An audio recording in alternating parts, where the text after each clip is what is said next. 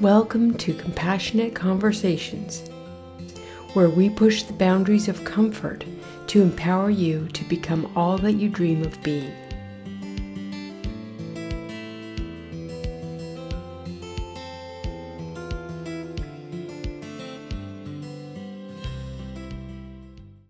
Hi, I'm Esther Kane. I'm a Canadian psychotherapist and the author of It's Not About the Food, A Woman's Guide to Making Peace with Food and Our Bodies. For over 25 years, I've been helping people to overcome problematic relationships to food and their body image. And to my great delight, my book has helped thousands of people to do just that. I decided to do this series where I interview other body image warriors who I respect and love their work in order to help us form more of a community around talking about our disordered relationship with food and our bodies, in the hopes that we will find strength in each other's stories and share some really helpful tools and methods that you can use in order to heal your relationship with food and how you see your body. If you're thinking, I don't know if I have an eating disorder, so maybe these videos won't be meaningful to me, please give it a chance. When I tell people, for example, that I'm an eating disorder therapist, people automatically think eating disorders are just anorexia and bulimia. And while I treat those issues in my practice, the bulk of my clients tend to fall into the category of emotional eating. People who eat when they're mad, sad, glad, and fearful. There's all kinds of reasons that we turn to food. And they are usually the people that are yo-yo dieters, that do obsessive exercising.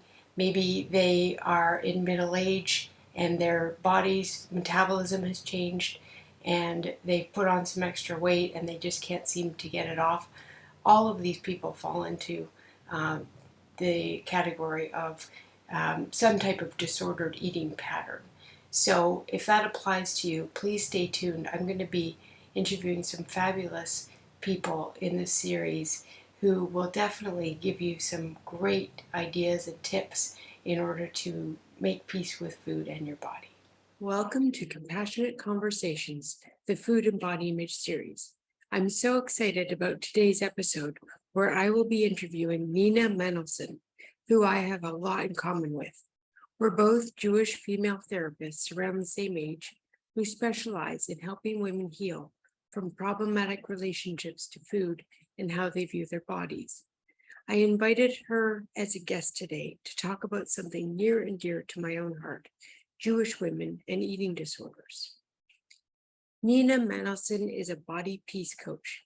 She helps people end the war with food and body and finally feel truly at home in their body as it is. She is known for her deeply feminist anti-diet body peace approach.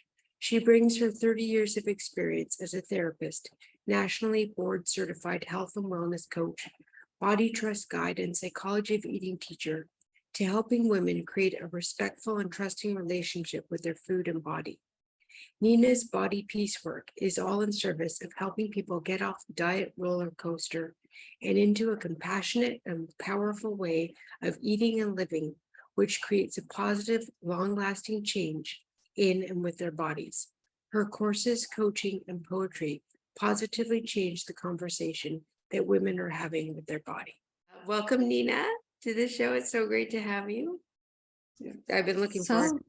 It's so great to talk to you. When I was reading over your stuff, I was like, oh my gosh, we have so much to talk about. I know. So I want to open this conversation with the fact that not many people know about me.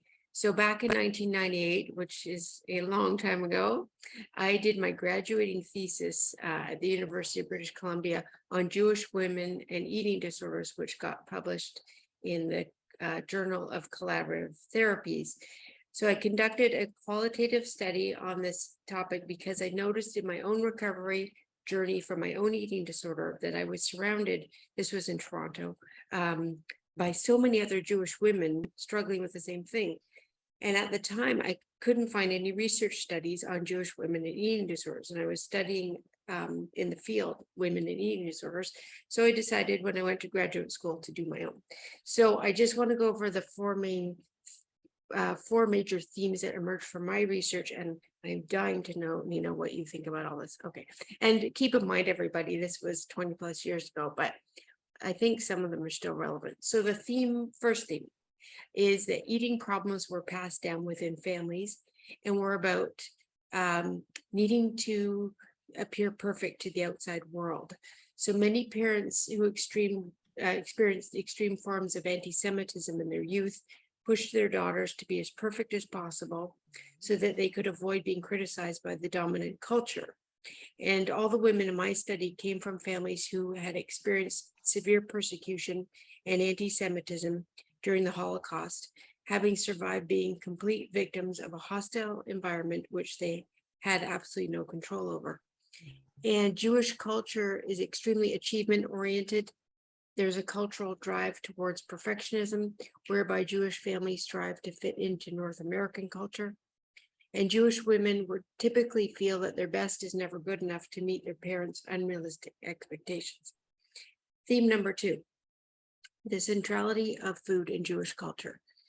Every Jewish holiday is characterized largely by what foods are eaten. Food is not only a substance to nourish the human body, it is also religiously symbolic and is thus given sacred meaning. And because Judaism is primarily a home-based religion, the majority of rituals take place around the dinner table.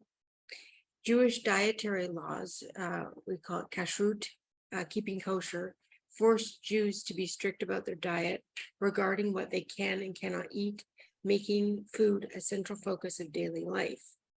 Food is associated with family, community, and spirituality. Theme number 3, Jewish women not matching the North American beauty ideal.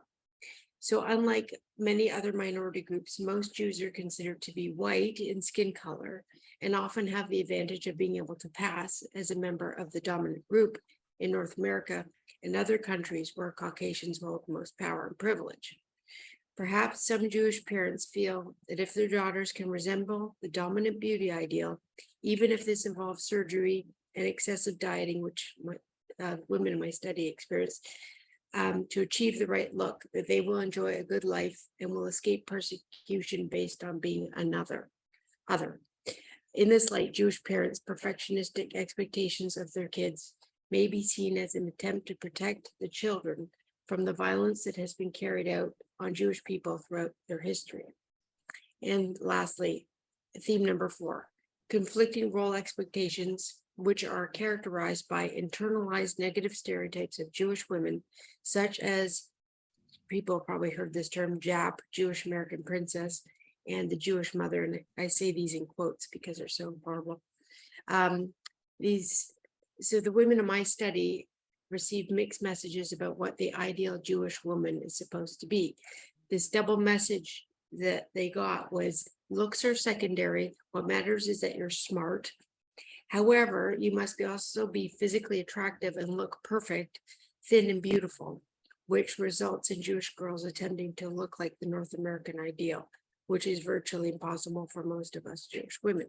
Okay, Nina, now, what are your thoughts on this? Do you think these findings have any relevance today? Just go for it. Yeah, absolutely. 100%. Right.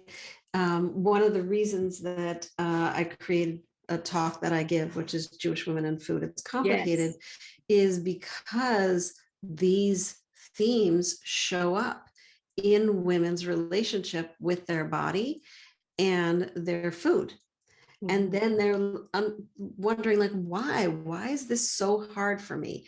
And I work with women from all cultures, but I kept seeing a similar theme with Jewish women that I was working with. And what I saw underneath were so many of your findings, right? This incredible survival, right? Food is survival, food is culture, food is love, the legacy of trauma, right? There's so many meanings. Now, for women in general, their relationship with food and body is complex. Layer in it this idea of, and this isn't exclusive to Jewish women, it's a lot of cultures where there was just cultural trauma as a whole, where food becomes, right, as a society, where food becomes survival. Yeah. Right. We might not have it. So, right. I always joke about the classic, Yiddish SSS, eat, eat, eat. Right. So you get this message, this double message that many Jewish women get, which is SSS. Right. Yeah. Eat already, but not too much. Yeah. Right. You don't want to be fat. Oh, yeah. Right. So right away, you've got these two messages that are competing. Yeah. Right? Eat already. Oh my gosh, look at the abundance we have. We didn't always have it. There's a sense of you should be grateful for what you have. Scarcity could be around the corner, right? It's thick with meaning. Yeah. And then on the flip side is, but to your point of assimilate into the culture, don't eat too much. Look like the magazines of tall, blonde, and thin. I literally grew up, I am neither tall nor blonde nor particularly thin. Oh, right? Yeah. I grew up with that belief that that's what I should look like. Me too. Yeah, absolutely. Right? Genetically, that is not who I am. No, can't do it. Can't do it. Right? So you've got these competing directives, which is celebrate survival. Celebrate this holiday, right? It's that classic Jewish joke of like, what is the meaning of every holiday? They tried to kill us. We didn't die. Let's eat. Right? Let's eat. So where you're supposed to be in that, like, embrace the food, right? All of Passover, every single food is a memory food. Yeah. Every single food has symbolism. So there's so much importance around the food and eating the food and enjoying the food. So you get that message, but then right underneath and not even hidden is, but your body should look like the dominant culture. Yeah. Do you mind me asking what generation you come from when this was all happening for you? When you say generation, what do you mean? Well, I'm 51, for example. So. Oh, yeah. No, so I'm 58. So yeah. We both grew up with that kind of. I totally grew up with that. Absolutely. Yeah. I grew up with that messaging. And even though I grew up in a pretty modern family, right, where it wasn't so steeped in you need to live the way that my grandparents did, but still those messages were baked in, pun intended, to everything that I was doing and eating. And you add on top of that, this is a phenomenon I see in Jewish families, in Indian families, in Chinese families. There's incredible focus on education. Right? Yes. These are cultures, right? These are cultures that I work with those cultures a lot. South Asian as well. Yes, exactly. And so education is highly, highly valued. So you've got this sort of interesting now, another dynamic, which is you have very educated women who know exactly what they should or shouldn't eat. I'm putting that in air quotes. Right? And they have high expectations of themselves. They have high expectations of how they should be treating themselves. But underneath, again, are those cultural messages. So you've got layered on top of it this expectation that adds so much stress to the system. Yeah. No, we're right on the same page, Nina. I couldn't agree more. I could talk to you for hours. Yes. So I'm so excited we're doing this because I mean, my research got published, I was 25 at the time, and just, oh my God, brilliant. Young and dumb. Ahead of your time. Well, I was trying to get a job. And my study, by the way, was one of the first of its kind about Jewish women and body image. And at the time, there was a woman in Israel doing similar research, and I actually met her I was doing my practicum at Jewish Family Services in Vancouver at the time. So it was just a beautiful time. Mhm. It's serendipitous. I just had all this access to Mm. these wonderful Jewish women. Wow. But, but I haven't talked about this issue really since. And I've worked with a number of Jewish women as clients with Mhm. eating disorders, and, Yeah. we delve into a bit. But I'm curious because, you're a therapist as well. You have this, I just think any Jewish woman listening to this, if you're offering that, is it a talk about Jewish women and body image? Yes, it is. It is. Yeah. Jewish, Oh, yeah. Jewish we should. women and food. It's complicated. Yeah. Oh, I'd love to be part of that, Nina, if we could Mhm. somehow make that happen. I think Yeah, that would that be would just, brilliant. there's so many of us out there, struggling with this issue. And now I live in a place, Victoria, British Columbia, where there's not a lot of Jewish women. So, Mhm. but I'm sure those listening in other parts of North America and elsewhere might be interested. So I want to know from you, Nina, what advice would you offer Jewish women who might be listening to this or watching it, who struggle with food and body image? What are some concrete steps they can take right away in order to Mhm. start healing their relationships with food and body image? Yeah. So the first thing is to really look at your behavior with food, the way you treat your body, what you say to your body as a relationship, Hmm. right? The first thing is to come in, because what we do as very smart, educated women is we go, okay, how do we fix this? Yeah. Yeah. Right? What's the problem? How do we fix it? We're women of action. We are. We're Totally. like, okay, let's see what's the problem here. How do we fix it? You do this, you do this, you do this. I find a Or, lot of Jewish to use. women, we live from the neck up, very Mhm. cerebral, not so much in the body. So you're talking more about Yes. being in the body. Okay. Well, even before we get into embodiment, even before you get to embodiment, because this is something that we can do with this bright, agile mind, is to go, oh, what I'm talking about here is not the fact of what I should do, what I shouldn't do. Oh, blaming myself, shaming myself. What I'm seeing right now is actually behaviors within a relationship. I'm Yeah. having a relationship with my body. I'm Yes. having a relationship with food. Just let's start there, Yeah. right? Let's name that this is an entity, just like if you were having an issue with a kid or a pet or a partner, you'd be Yeah. like, oh, I have a relationship issue. Yeah. I love that. Instead of, I have a body issue. I have an Right. eating Right. issue, Well, right? personal, this is my body. I live within this body. We are. Yes. And absolutely. And then that's when we go, oh, this is a relationship. I am living in a body. We are connected. Oh, it might be helpful for me to have a few practices of how to actually be in my body. Yes. Now, smart women, Jewish or not, Yeah. we default to, well, let me understand this. And our Yeah. culture feeds that to us with a Yeah. million blogs and a million books. And let me do more research. And I just saw a Yeah. study that, and Yeah. so said that, right? It's like, whoa, whoa, whoa, whoa, whoa, wait. That's Yeah. somebody else's relationship with their body. Yeah. What about mine? Right? Yes. Personalize this. Personalized. Yes. Personalize it. It is not a cultural problem to be fixed. Like, it's not like, Yeah. oh, science says, Yeah. so I will do, which is what we do because we are researchers. We are interested in what the ideas are. Yes. This is your relationship with your body. Yeah. And n equals one. Personalize. N equals one. You want to study just Yes, yourself. Yeah. Yeah. exactly. Exactly. Study yourself. And we're all about, right? Women in general, we're so good at community. Oh, what are you doing? What diet are you? Oh, maybe I'll try that one.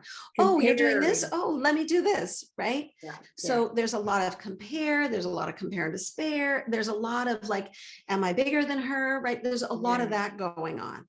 Yes. Come back. I love like study yourself. And in that study, we Yeah. do want to start learning the language of our body.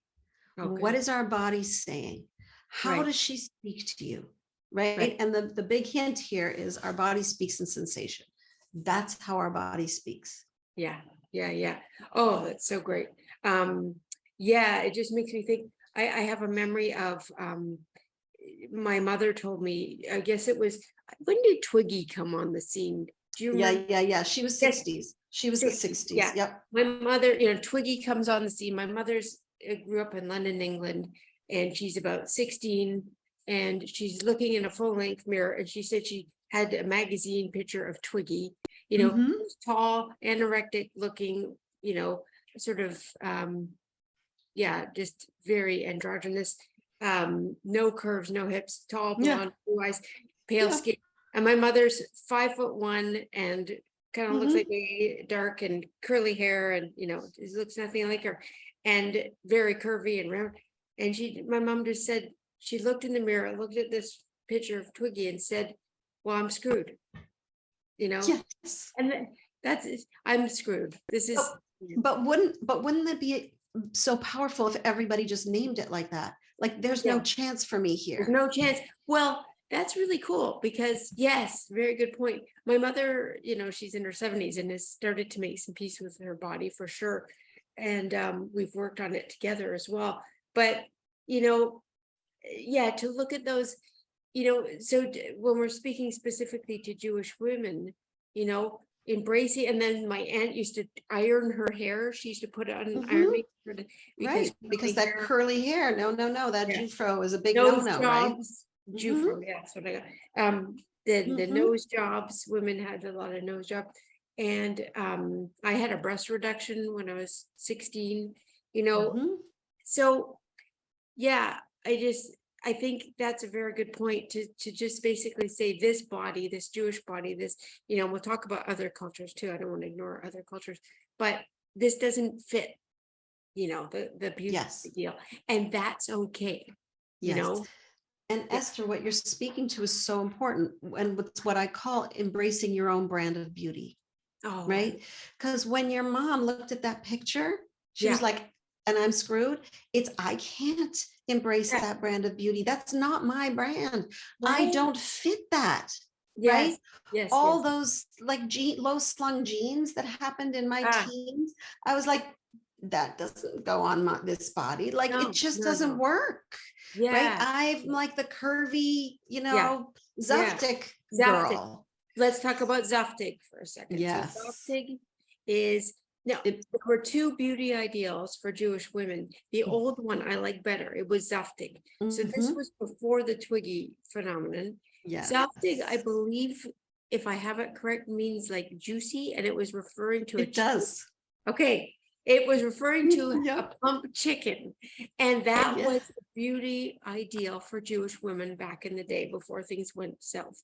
So we Yes. were celebrated for being juicy chickens, Yes. round. Yes, what happened, Nina? Tell us more. Right. What happened is assimilation, right? Yeah, To the point in your study. What happened was you want to be accepted in this culture. You shouldn't look like that.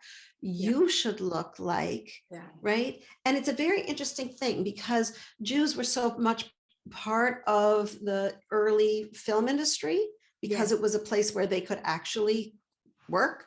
yeah, And so, but what's so fascinating is in that Jewish creation of a film industry. It was Jewish men who created that.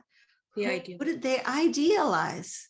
Ah, They idealized, the other right? The other, that the other. they They couldn't be or have maybe. The no. tall, lanky, blonde woman with blue eyes. And this is, please, if you're tall and blonde and blue eyed, please do not take offense. But yes, It yes, was just no, right? If you're tall and blonde and blue-eyed, fantastic. Embrace that brand of beauty. exactly. It's when we're in the comparison.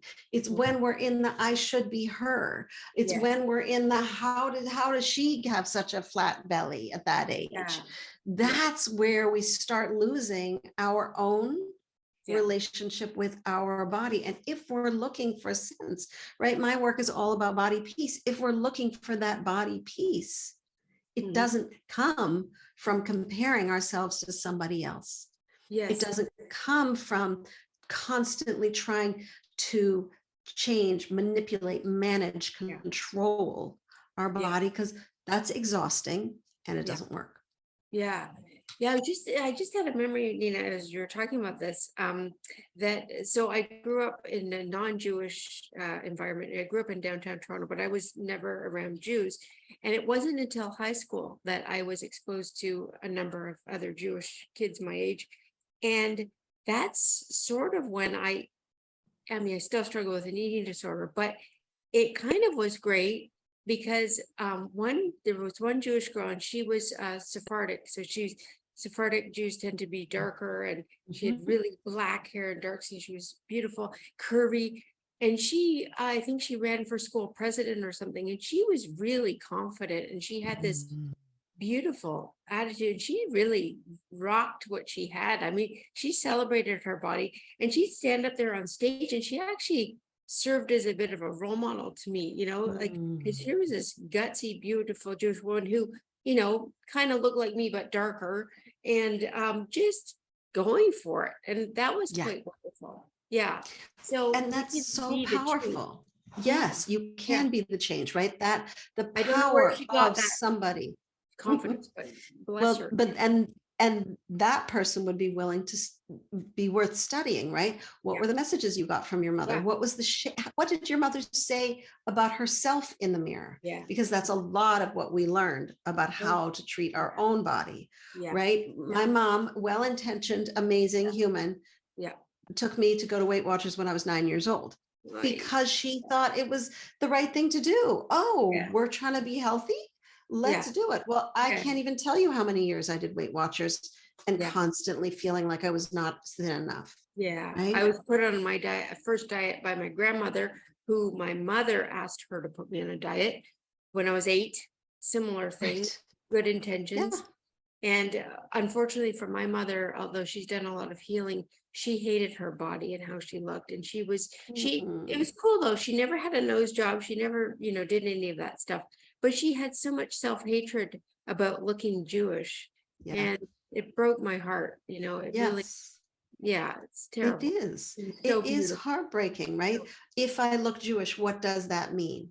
Does Yeah. it mean I'm more vulnerable? Does it mean that I Yeah. won't be accepted? Does it mean that, I'm in whatever the beliefs are? And it's so important to unpack those. I'm curious, you Mhm. know, what you talk about, well, of course, without giving it all away in your talk about Jewish women. Yeah, yeah, yeah.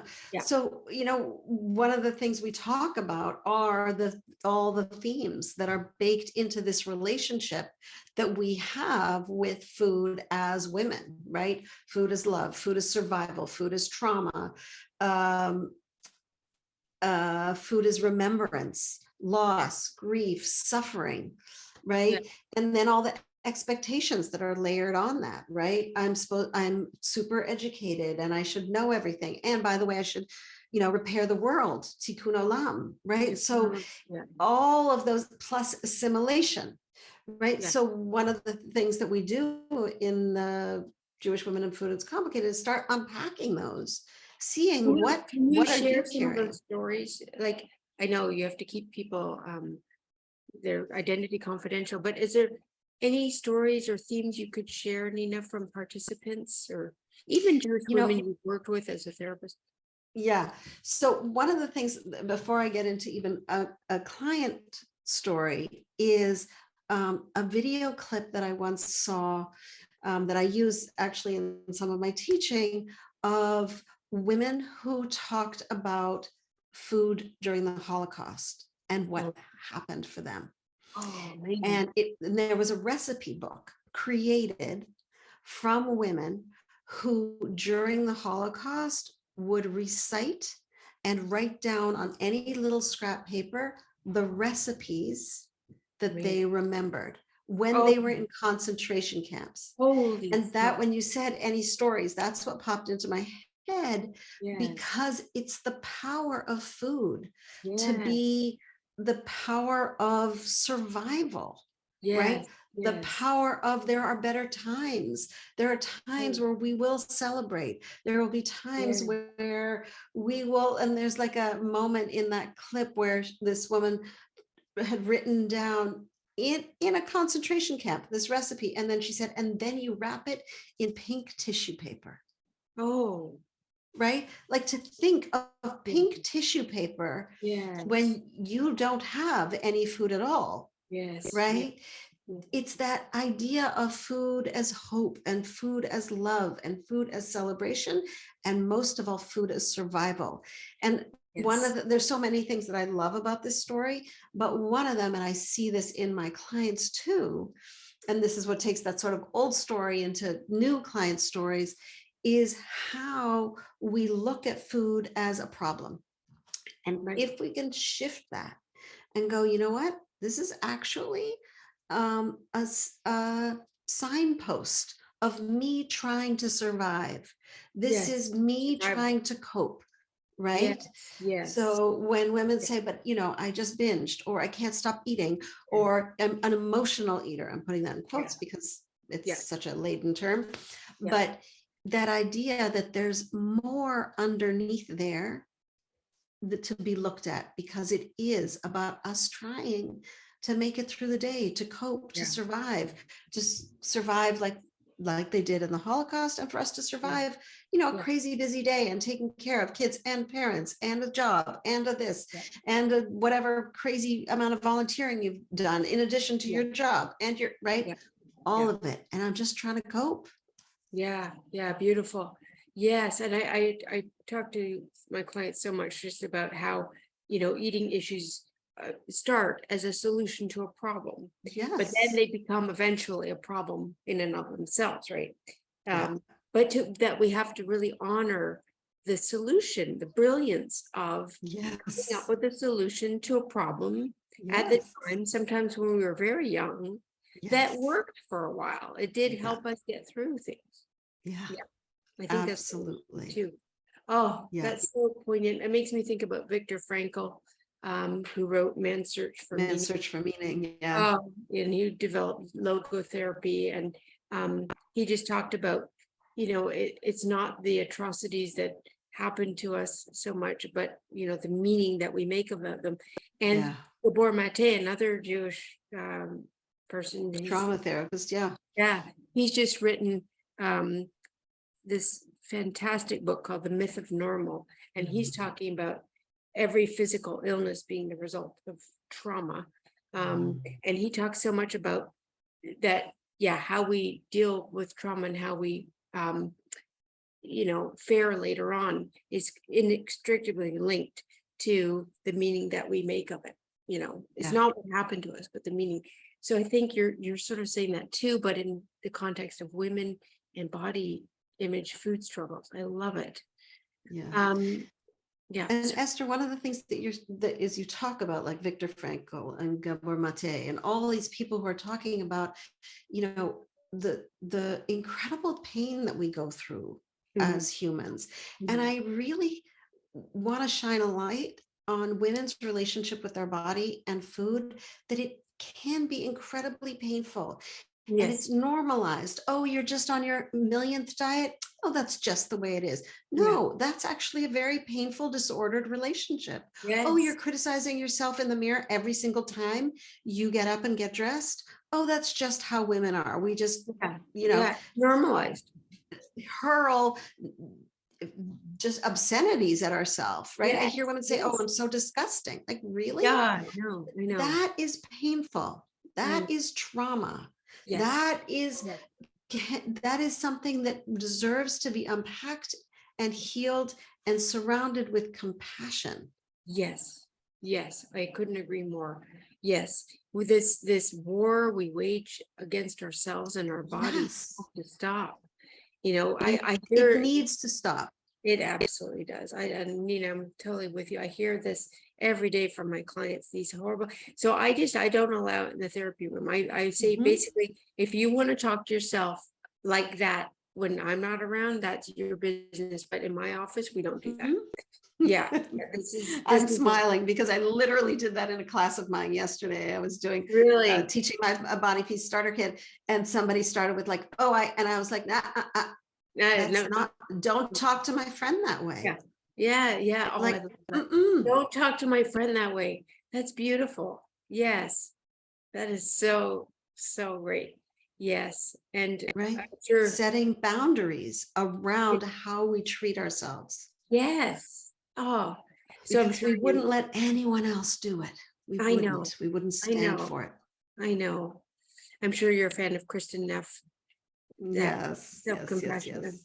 So I do a lot of her, I love her self-compassion break. It takes 1 to 3 minutes and it just, Mhm, I joke to my clients all the time. I get them to put their hands on over their heart, one or mhm, two, and I say to them, okay, you can say those horrible things about yourself, but you have to put your hands over your heart at the same time. Nobody can mhm. be mean to themselves and do No, this gesture at the same no, time. no, Yeah, no. yeah. You'll see, it's so interesting that you say that. Like all the pictures, when people like take pictures of me, I always have my hand on my heart. Yes, It's a way for me to stay in my body and stay yes, connected. And it like really symbolizes to me yes, that relationship we have with ourselves and how important it is because it impacts every other relationship we have. absolutely, absolutely. So let's get to other minority groups of women who struggle with food and body image, because we referenced that Mhm, earlier. And I know there's just thousands, probably millions of other women from minority mhm. groups who struggle with food and body image. And I work with a number of them. And it sounds like you do too. So, how do you think they can adopt what we've presented here today about Jewish women in order to help them heal? Right. So I think part of it is looking in our own culture for what is our brand of beauty, not brand of beauty distorted through the, you know, sort of white patriarchal Hollywood perspective, Mhm. right? You see a lot of like Indian women, so there's such beauty in that culture. Like it's just extraordinary. They ooze, but then it moves into the land of like super thin, even Bollywood, right? It was like, no, no, let's back it up into And lightened skin. A lot of the Bollywood yes, actors have lightened. yes. Yeah. Right. So it's like going back, looking at your culture. Who am I from? What is, if I was to do an anthropological study of my culture, what Mhm. would I say was beautiful? Yes. What would I Yes. say are the actual intrinsic beautiful qualities that exist in my culture? We want to name our brand of beauty Yeah. because it's representation. It's Yeah. part of why it's so hard. Actually, one of the reasons it's so hard to be in a larger body in our culture is there is no examples of that. It's starting little Yeah. by little, but hardly examples of women in large bodies who are Yeah. happy, who are doing fashion, right? When in my Instagram, who I follow, I purposely follow women Yeah. in large bodies who are doing fashion, who are doing cool things, Yeah. because we need to see Yeah. that's beautiful. Yeah. Exactly. That's so nice. I love that. Yeah. And I would also add to that, Nina, to um flesh out what is it about women in my culture that I admire, and that what are the legacies Mhm. that women in my culture, that I love, that I want to pass down? What are those legacies, and what can Yes. I? So when I think about Jewish women, I think about um, just being usually very incredibly intelligent and Mhm. wanting to do good things in the world. Just Yes. wanting to heal the world, and being passionate, you know, Mhm. just being passionate about things in general. And I remember sort of thinking I needed to tone myself down when I moved to British Columbia from Ontario, because in Toronto, the Jews that I was around were very excited. It was a different energy, but people in the West Coast, it was just a different vibe altogether. Mhm. And I don't do that anymore. I'm just like, I am who I am, and I'm a Jewish woman, and I get very excited about stuff. I'm passionate. That deal with it. I I think love that. I think It's just like menopausal transition helps with that. it does. It Yeah. absolutely does. Right. But it is that embracing of who we are. Yes. Right. Yes. And I love what you're saying about this. What are the qualities in your culture Mhm. that make you feel like there is strength here? And Yeah. one of them I really see is resilience. right? Yes. In Jewish Yes. women, incredible resilience. Okay, we're pivoting. Okay, we're pivoting again. Yeah. Okay, here we Yeah. go. Yeah. Let's pivot one And more time. any minority group. I mean, I think of African Right. American women, and oh gosh, Yes. so many women in different cultures who just keep going, no matter what's thrown in their faces, just Mhm. that stick to itness and strength and speaking their Yeah. minds. Yeah, beautiful. Absolutely, Yeah, absolutely. And that sense of tenacity, yeah. that sense of moving forward is incredibly powerful and is actually a translatable skill because Hmm.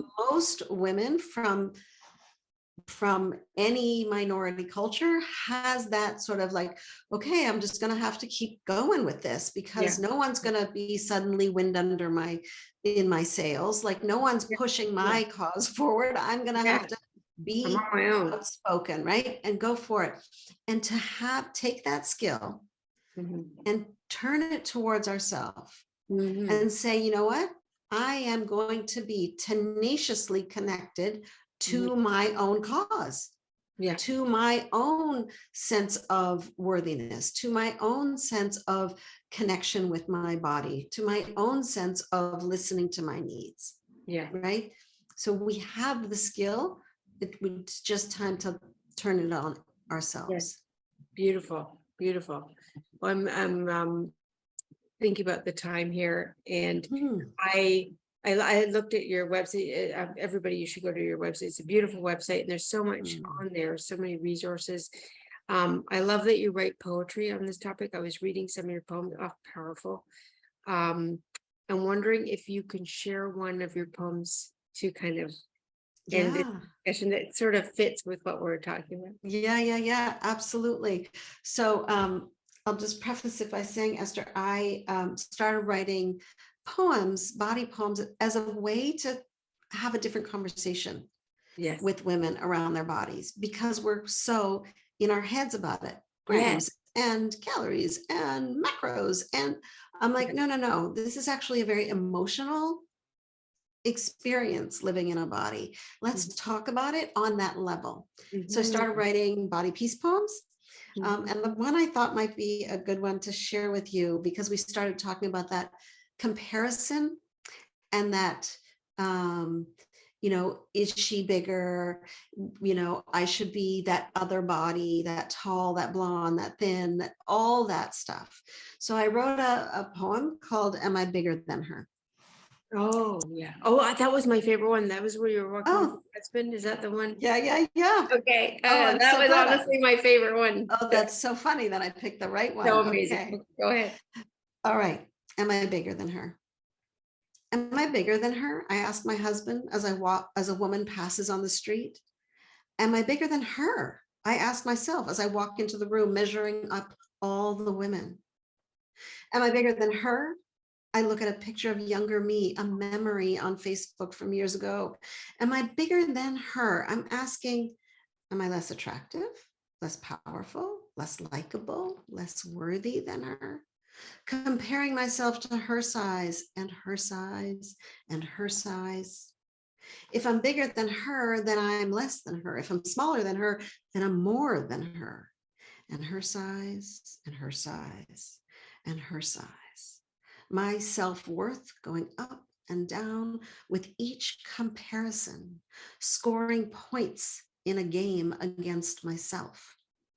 There's always someone bigger and always someone smaller. There's no winning this game. It's just reducing women to their size. Aren't we bigger than that? So good. Thank you. God, Thank that gave me shift. you. So, God, that's great. Hmm, Beautiful. You're thank so you.